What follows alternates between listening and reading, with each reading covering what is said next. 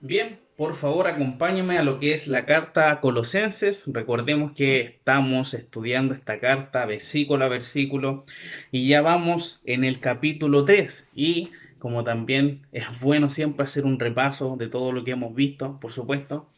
Y esta carta, hermanos, recordemos que fue escrita por el apóstol Pablo y fue hecha para una iglesia joven, una iglesia, podríamos decir, naciente, el cual estaba guiada por Epafras, que era el pastor de aquel lugar. Pero vemos que ante las posibilidades de entrar falsa enseñanza o que estaban entrando estas falsas enseñanzas dentro de la iglesia, necesitaban ayuda de parte del apóstol Pablo para que les instruyera a cómo poder guiarse ante esta situación. Es por eso que Epafras va a la cárcel donde está el apóstol Pablo, ¿ya? Como siempre lo he dicho, el apóstol Pablo escribe desde la cárcel. Y vemos acá que él agradece al Señor, el apóstol Pablo agradece por la fe que tienen los hermanos de Colosa, porque se ven que son creyentes genuinos y por supuesto están aprendiendo del Señor. Y lo que él les guía al principio, en el capítulo 1, es a entender de quién es Cristo, de qué es lo que ha hecho Cristo, la obra de él. Vemos que habla acerca de que nos ha librado de la potestad de las tinieblas y ha trasladado al reino de su amado Hijo. Después vemos que por la obra de Cristo, o sea, por lo que Él ha hecho en nosotros, nosotros tenemos que seguir, por supuesto, y seguir a la cabeza. Él es la cabeza de la iglesia, obedecerle. Por supuesto, también aprendemos que en Cristo, Cristo es nuestro reconciliador, ha reconciliado consigo todas las cosas. Vemos también, casi finalizando el capítulo 1, el ministerio de Pablo. Vemos que el apóstol Pablo tenía que la labor de enseñar y predicar el Evangelio. ¿Ya? Esa era la tarea principal del apóstol Pablo, comisionado para esa labor. Y vemos acá que también en el capítulo 2 se presenta esta lucha del apóstol Pablo, de querer hablar del Evangelio y de querer estar con los hermanos de Colosa, con ellos, ya ante las posibilidades de estas falsas enseñanzas que estaban entrando. Y es por eso que le dice cuán gran lucha sostengo por vosotros. Él le hubiese gustado estar afuera con ellos, pero por causa de la predicación del Evangelio él estaba en la cárcel, no por haber hecho algo malo. Pero vemos acá que él, sin embargo, escribe y trata de transmitir en esta carta de mejor forma lo que ellos debiesen estar haciendo. Y en el versículo 8 del capítulo 2 le empieza a hablar así, que nadie los engañe, ya hablando acerca de estos falsos maestros, que no los engañen, porque solamente sus enseñanzas son por filosofías, huecas sutilezas, tradiciones de los hombres, cosas contrarias a la escritura, cosas que no encontramos en la Biblia. Y es por eso que ellos tenían que estar atentos, por supuesto, como hijos de Dios, atentos a que no les enseñaran cosas que eran contrarias a la escritura. Y vimos varias cosas acerca de lo que es el legalismo, y en el versículo 16 del capítulo 2 se mencionaba que nadie juzgue en comida o en bebida en cuanto a los días de fiesta, luna nueva y días de reposo. Ya entonces ellos imponían cosas. Ya que tú tienes que hacer esto, o por qué no estás haciendo esto otro, etcétera. Vemos también acerca del misticismo. Estos falsos maestros estaban demostrando una piedad falsa. Realmente estaban inclusive adorando a los ángeles, demostrando una piedad. ¿Se acuerdan que yo les decía el ejemplo que yo les daba de que quieren demostrar humildad, pero sin embargo no son humildes y y lo hacen solamente para ser vistos? Y finalmente vemos lo que era el ascetismo, lo que en este caso esto priva de muchas cosas, es decir, tú tienes que andar de esta forma vestido o no tienes que tocar estas cosas porque te puedes contaminar, etcétera. Cosas que están completamente ajenas a la escritura, cosas que no están dentro de la Biblia, estaban diciéndole estos falsos maestros a los hermanos de Colosas. Y el domingo pasado, mis hermanos, vimos ya y comenzamos el capítulo 3 hasta el versículo 4 y vimos que debemos vivir como ciudadanos del cielo. Esa era la idea central del texto y vemos que teníamos que poner la mira en las cosas de arriba y no en las de la tierra. Eso era fundamental. Nosotros, aunque estemos en la tierra, debemos vivir como ciudadanos del cielo. como estando en el cielo. Y lo que vamos a ver hoy día, mis hermanos, desde el versículo 5 al versículo 11, es que debemos despojarnos de lo malo y revestirnos de lo bueno. ¿Ya? Esa es la idea central de esta sección, versículos 5 al 11. Debemos despojarnos de lo malo y revestirnos de lo bueno. ¿Ya? Entonces, entramos de lleno a lo que es este versículo 5, entendiendo también todo el contexto que ya les acabo de decir. Los hermanos son creyentes, pero necesitan ser exhortados a batallar, a defender su fe y por supuesto también tener muchas cosas claras que ahora ellos siendo creyentes debiesen hacer y debiesen dejar de lado y dejar atrás. Por eso hemos visto que debemos vivir como ciudadanos del cielo y ahora debemos despojarnos de lo malo y revestirnos de lo bueno. O sea, ustedes dejen lo que antes hacían y ahora tienen que vivir como hijos de Dios. Ya, versículo 5. Acompáñame por favor. Vamos a tener lectura versículo 5 al versículo 11. Dice así la palabra del Señor. Colosenses capítulo 3, versículos del 5 al 11. Dice así: haced morir pues lo terrenal en vosotros: fornicación, impureza, pasiones desordenadas, malos deseos y avaricia, que es idolatría, cosas por las cuales la ira de Dios viene sobre los hijos de desobediencia, en las cuales vosotros también anduvisteis en otro tiempo cuando vivíais en ellas. Pero ahora dejad también vosotros todas estas cosas: ira, enojo, malicia, blasfemia, palabras deshonestas de vuestra boca. No mintáis los unos a los otros, habiéndoos despojado del viejo hombre con sus hechos, y revestido del nuevo, el cual, conforme a la imagen del que lo creó, se va renovando hasta el conocimiento pleno, donde no hay griego ni judío, circuncisión ni incircuncisión, bárbaro ni escita, siervo ni libre, sino que Cristo es el todo y en todos. Vamos a tener un momento más de oración. Amado Señor, le pedimos en esta hora para que nos guíe, para que nuestra mente, nuestro corazón estén enfocados en el aprendizaje de tu palabra. Saca toda distracción que pueda haber en estos momentos. Ayúdanos a poder entenderla y poder, por supuesto, llevar a la práctica tu palabra. Te agradecemos por tenerla en el medio nuestro, por poder escudriñarla, por poder aprender de ella. Y te pido, Señor, de forma particular, que me ayudes a ser claro para que mis hermanos puedan entender lo que tú me has hablado a mí primeramente. Te lo agradezco, Señor, en el nombre de Jesús. Amén. Bien, mis hermanos, como les decía, la idea central del texto es que nosotros debemos despojarnos de lo malo y revestirnos de lo bueno, ¿ya? Y usted se preguntará, ¿por qué Pablo menciona estos pecados? Porque acá en el versículo 5 vamos a leer unos pecados y se menciona a personas que son creyentes. Recuerden que la iglesia de Colosas eran creyentes, quizá era una iglesia joven, pero sí eran creyentes. Vemos en el capítulo 1 que Pablo da gracias al Señor por la fe que tienen ellos, por el amor que tienen con todos los santos en el versículo 4 del capítulo 1. ¿Me entienden? Entonces, ¿por qué? Uno se preguntará, ¿por qué Pablo está diciendo esto? Siendo que ellos son creyentes. Son personas que realmente quizás no deberían estar viviendo así. Versículo 5.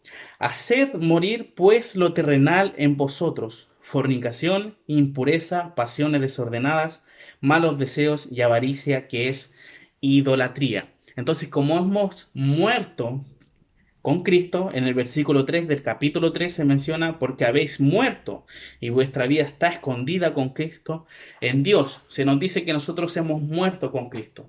Entonces tenemos el poder espiritual de hacer morir los deseos de la tierra que quieren controlarnos. Nosotros estamos en una lucha constante con el pecado. Entonces el apóstol Pablo nombra los pecados que deben hacer morir. Es decir, eliminar por completo estas acciones que llevan a alejarse del Señor. Y como yo les preguntaba a continuación, ¿por qué el apóstol Pablo menciona estos pecados a personas creyentes, siendo que ellos han muerto al pecado con Cristo? Uno podría preguntarse, ¿por qué le dice eso, siendo que ellos son creyentes y el mismo apóstol Pablo les dice que ellos ya han muerto y han sido salvados por Cristo? Vamos a explicar lo siguiente. Dentro de lo que es el pecado hay una cosa que se denomina las 3 P. ¿Qué son las 3 Ps?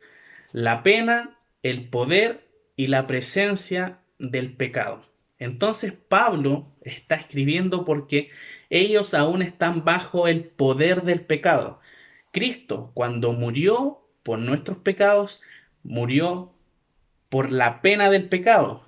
No sé si se acuerdan ustedes, en el versículo 14 del capítulo 2, dice, anulando el acta de los decretos que había contra nosotros, que nos era contraria, quitándola de en medio y clavándola en la cruz. Cristo pagó por la pena del pecado, por lo que yo, en este caso, había cometido por mi vida pasada.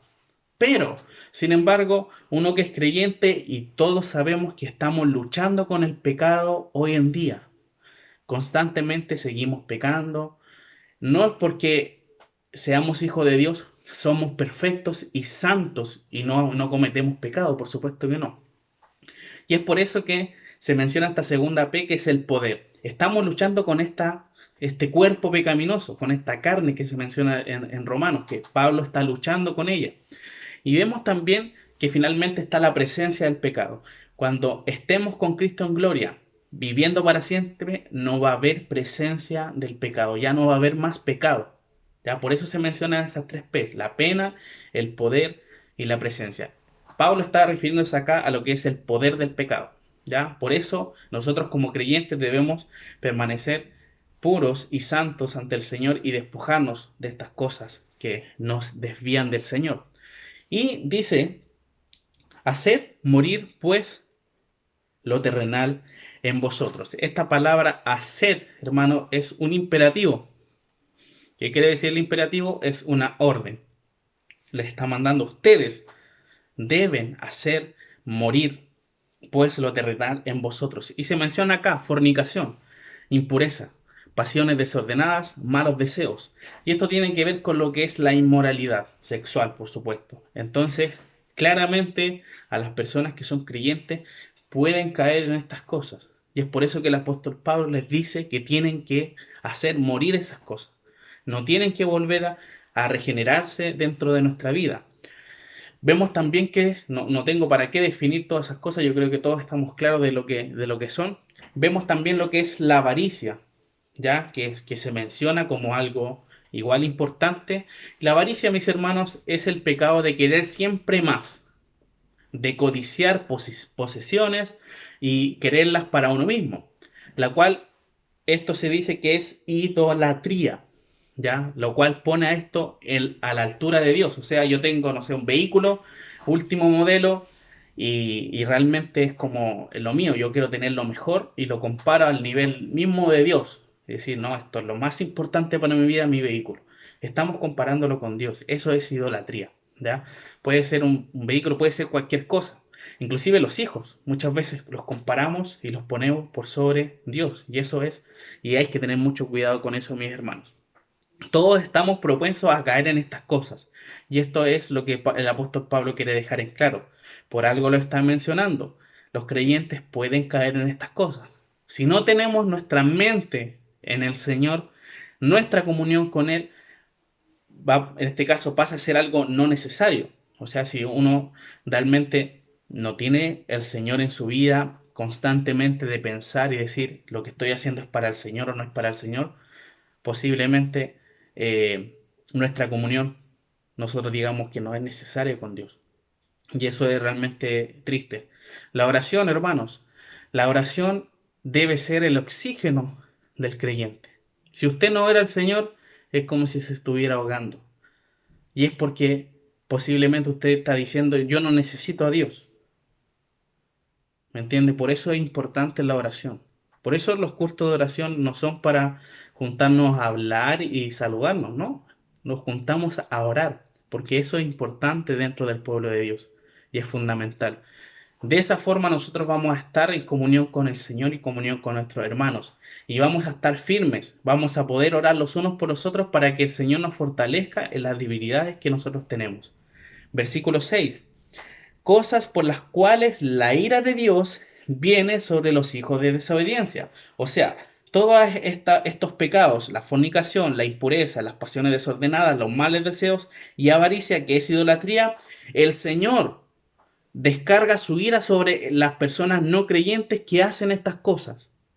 ¿Ya? Eso es lo que quiere decir. Pero muchas veces, ¿qué pasa? Los creyentes cometen esas cosas. Y es ahí donde viene el problema.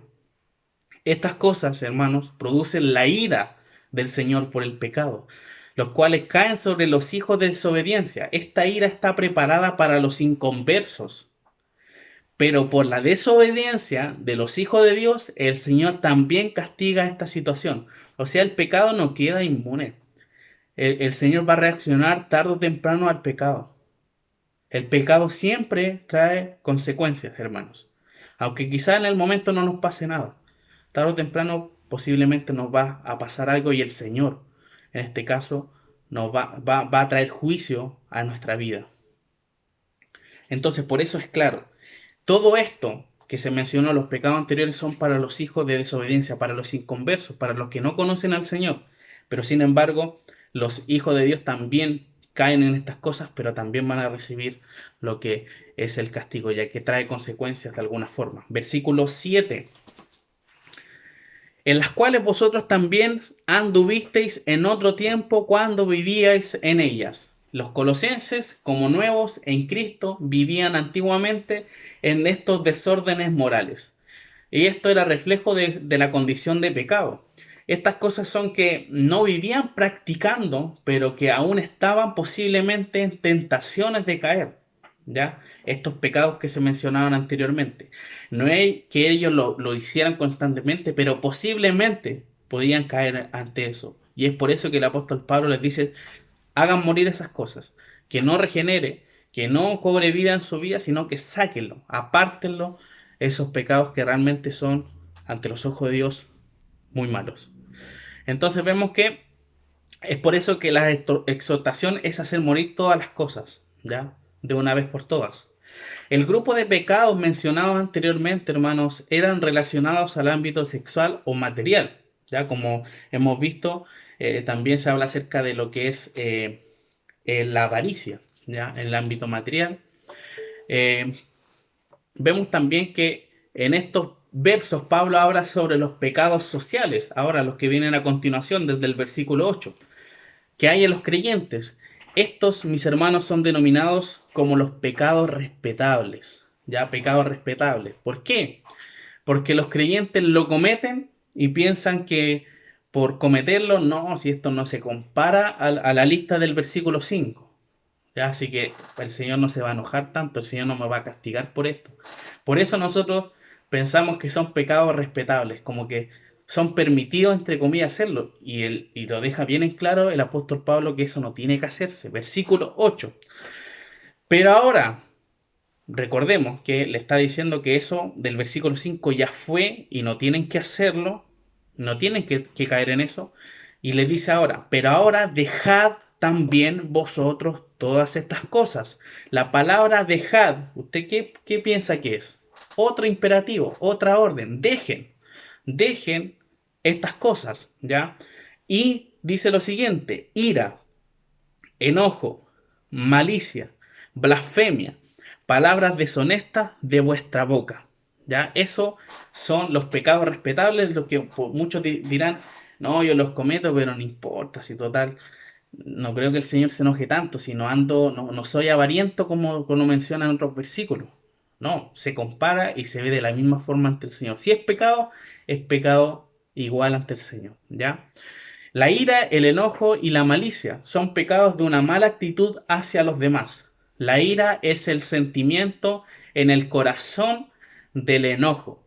El enojo es la acción acumulada por la ira hacia el otro. La malicia es buscar el mal para los demás. Todo lo que se menciona, estas tres primeras partes, son de mala actitud hacia los demás. Entonces, hermano, usted tiene que saber que si se enoja, tiene ira o trata de buscar el más para los demás, está muy mal. Es pecado ante el Señor.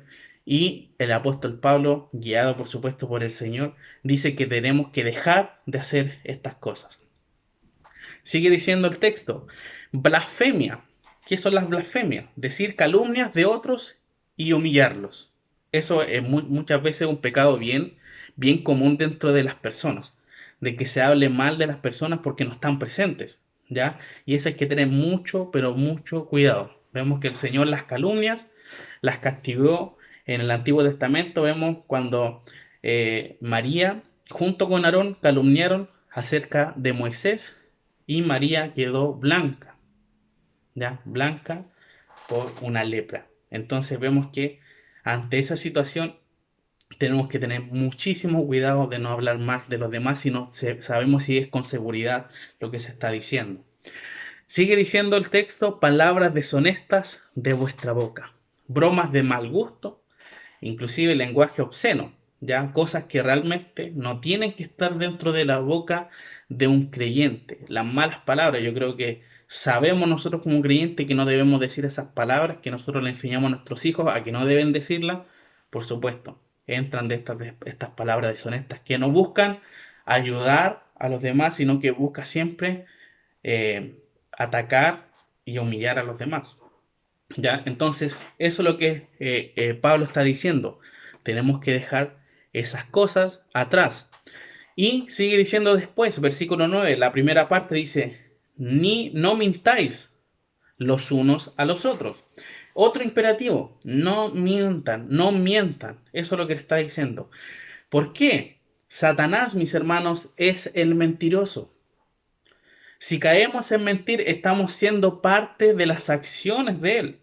El creyente ya no miente porque se ha despojado del viejo hombre. Por eso dice, sigue diciendo el texto, no mintáis los unos a los otros, habiéndoos despojado del viejo hombre con sus hechos. O sea, ustedes dejen de andar diciendo cosas que no son correctas porque ustedes ya fueron muertos con Cristo, han sido resucitados en Cristo, son una nueva criatura. Entonces el creyente ya no miente porque se ha despojado del viejo hombre que realiza estas cosas. Si somos hijos de Dios, mis hermanos, debemos esforzarnos por dejar estos pecados que para muchos pasan por alto. Tenemos que acabar con estas cosas. Versículo 10 dice lo siguiente. Aquí vemos el contraste. Y revestidos del nuevo. Vuelvo a repetir el versículo 9 para que entendamos mejor. No mintáis los unos a los otros, habiendo despojado del viejo hombre con sus hechos, y revestido del nuevo, el cual conforme a la imagen del que lo creó, se va renovando hasta el conocimiento pleno. La palabra revestido es un verbo en aoristo en el griego. Y eso significa que es algo consumado, es algo que ya está hecho. Ustedes ya han sido revestidos. Ya algo que ya está hecho. Eso es lo que quiere mencionar el apóstol Pablo. El Espíritu Santo, hermanos, es quien nos reviste de lo nuevo. El antiguo hombre ha sido sepultado y el nuevo ha sido resucitado con Cristo. Hemos sido limpiados por el sacrificio de Cristo. Cristo no murió por cualquier cosa. Cristo no murió y despreció en este caso, la sangre de Cristo fue derramada no por, en este caso, cualquier cosa, sino que, por supuesto, nosotros, sus hijos, ¿ya? Por los que Él murió en este caso. Y hemos sido limpiados por el sacrificio de Cristo. Y sigue diciendo, el cual conforme a la imagen del que lo creó, se va renovando hasta el conocimiento pleno. El creyente está en un proceso de santificación. Cuando conoce al Señor, es una nueva criatura, está en una vida constante de santificación, de renuevo. Por eso está diciendo, se va renovando, se va santificando. El Señor quiere que seamos más semejantes a Cristo, quien es nuestro creador. Hemos visto en el capítulo 1, versículo 16, porque en Él fueron creadas todas las cosas, las que hay en los cielos, las que hay en la tierra, visibles e invisibles, sean tronos, sean dominios, sean principados, sean potestades. Todo fue creado por medio de Él y para Él. Entonces vemos claramente acá, mis hermanos, de que nosotros tenemos que ir santificándonos. Efesios capítulo 4 versículo 13, si me pueden acompañar. Efesios 4:13 dice lo siguiente. Efesios 4:13, refiriéndose a esto, que seamos más semejantes a Cristo, que nuestro Creador dice, hasta que todos lleguemos a la unidad de la fe y del conocimiento del Hijo de Dios, a un varón perfecto, a la medida de la estatura de la plenitud de Cristo. Eso es en lo que debemos estar convirtiéndonos, estar constantemente llegando y renovándonos. El creyente, al ser revestido, entendamos lo que es este ejemplo. Nosotros nos despojamos, o sea, yo me saco esta chaqueta del viejo hombre y me visto nuevamente, ¿ya? Me visto, ¿ya? Pero vemos que el creyente, al ser revestido, sigue pecando, pero no es en este caso, por causa de la renovación del espíritu, no porque yo haya sido nueva criatura, voy a seguir pecando, ¿ya? Sino por su carne, que está, en este caso, aún no está regenerada. Nosotros no tenemos los cuerpos perfectos que vamos a tener cuando estemos con el Señor. Eso es lo que vamos a conseguir a estar con Él en gloria, ¿ya? Pero estamos luchando con esta carne, ¿ya? Que nos guía a pecar constantemente. Nosotros no pecamos porque el Espíritu que mora en nosotros nos dice que pequemos. No, nosotros pecamos por la carne, ¿ya? Eso tampoco es justificación de decir, ah, no, es que yo estoy con la carne todavía y por eso estoy pecando. No, usted tiene que tener claro que tiene que luchar contra eso. Versículo 11. Y dice, y donde no hay griego ni judío, circuncisión ni incircuncisión, bárbaro ni escita, siervo ni libre, sino que Cristo es el todo y en todos. ¿Ya? Entonces vemos que no hay distinción. Todos somos un cuerpo. El Señor perdona todos los pecados, inclusive los peores que nos podamos imaginar. Por supuesto, si son de forma genuina. Nacionalidades, ¿ya? Judío ni griego, no hay comparación. Culturas, ¿ya? Circuncisión ni incircuncisión. Clase social, bárbaro ni escita. Todos, hermanos, siervos ni libres, todos somos unidos en Cristo, quien es el todo en nuestras vidas y están todos los creyentes mediante el Espíritu Santo, ¿ya? Cristo es todo lo que nosotros necesitamos, no necesitamos nada más, no necesitamos ninguna enseñanza contraria o lejos de la Escritura, porque su palabra es la palabra de vida. Entonces por eso es que todos nosotros somos unidos en Cristo, somos una familia en Cristo. Y es por eso que tenemos que estar unidos. Y vemos que todos nos conocemos, y eso es claro. Yo creo que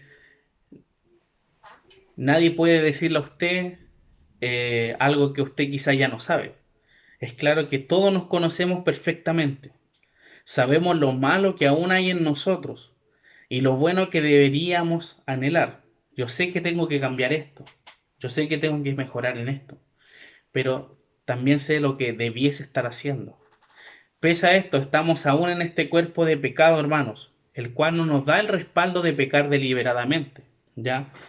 Eso quiero que quede muy claro. No por decir estoy en este cuerpo pecaminoso, voy a pecar y pecar y pecar y pecar porque estoy en este cuerpo. No, eso no es la idea. Si aún hay cosas que no hemos eliminado en nuestra vida, mis hermanos, debemos presentarlo ante el Señor. Él es el único que puede entendernos y saber cuál difíciles son nuestras luchas día a día. Si tenemos problemas con alguna cosa, el Señor nos los conoce, el Señor sabe nuestra vida y tenemos que estar en comunión con Él. ¿Mediante qué cosa? Mediante la oración. Nosotros nos comunicamos con Dios a través de esa conexión infinita que puede ser en cualquier momento, que es la oración. Mis hermanos, que nosotros podamos estar teniendo nuestra mira en las cosas de arriba, como hemos estado aprendiendo, buscando agradar en todas nuestras acciones, dando la gloria a través de nuestra vida. Que podamos ser ejemplo en este mundo de pecado, que seamos la luz y la sal, como hemos aprendido también en los devocionales acerca del Sermón del Monte, la sal de la tierra y la luz. Que en estos momentos de caos social podamos reflejar la luz del Señor y enseñar que estando mirando lo que nos entrega en su palabra podamos llevar esta vida terrenal en alabanza y gloria a su nombre. Así que mis queridos hermanos, que el Señor les ayude, que esta palabra realmente les ayude a analizar su vida. Recuerde, debemos despojarnos de lo malo y revestirnos de lo bueno. Un ejercicio muy sabio que uno puede estar haciendo es preguntarle a la persona que más nos conoce qué cosa yo debería cambiar. En mi caso, mi esposa. Mi esposa me dice, o yo le puedo preguntar qué cosa tengo que cambiar y ella me va a decir lo que tengo que cambiar. Algo que muchas veces uno no quiere que se den cuenta, pero la persona que está al lado de nosotros sabe y conoce nuestra vida. Es por eso que tenemos que hacer ese ejercicio, por supuesto, y llevar en conjunto al Señor todas nuestras cargas. Vemos que Él es el que puede llevar las cargas de nosotros, porque es todopoderoso. Su fuerza es infinita y nosotros podemos descansar gracias a Él. Así que mis hermanos, recordemos que tenemos que despojarnos de lo malo y revestirnos de lo bueno, previo a un análisis a nuestra vida, que podamos entender que tenemos que ser la sal de la tierra y la luz en este mundo, que podamos reflejar a Cristo en nuestra vida y por supuesto que también otros conozcan a Cristo a través también de lo que proclamamos y lo que demostramos con nuestra vida. Vamos a finalizar esto con un momento de oración. Te damos muchísimas gracias, nuestro Señor, porque tu palabra nos conforta, tu palabra nos habla en esta hora, para que podamos entender y saber de que tenemos que dejar las cosas de antes. Tenemos que luchar y batallar con estas cosas, pero sin tu ayuda no vamos a poder lograr nada. Ayúdanos a ser humildes y saber que necesitamos tu ayuda. Ayúdanos, Padre, a que podamos tener esa fuerza que proviene de ti para despojarnos de lo malo y así seguir vestidos de ti, de tu Espíritu, Señor, que por supuesto es lo bueno. Te agradecemos por este culto, gracias porque podemos aprender de tu palabra. En el nombre de nuestro Señor Jesucristo. Amén.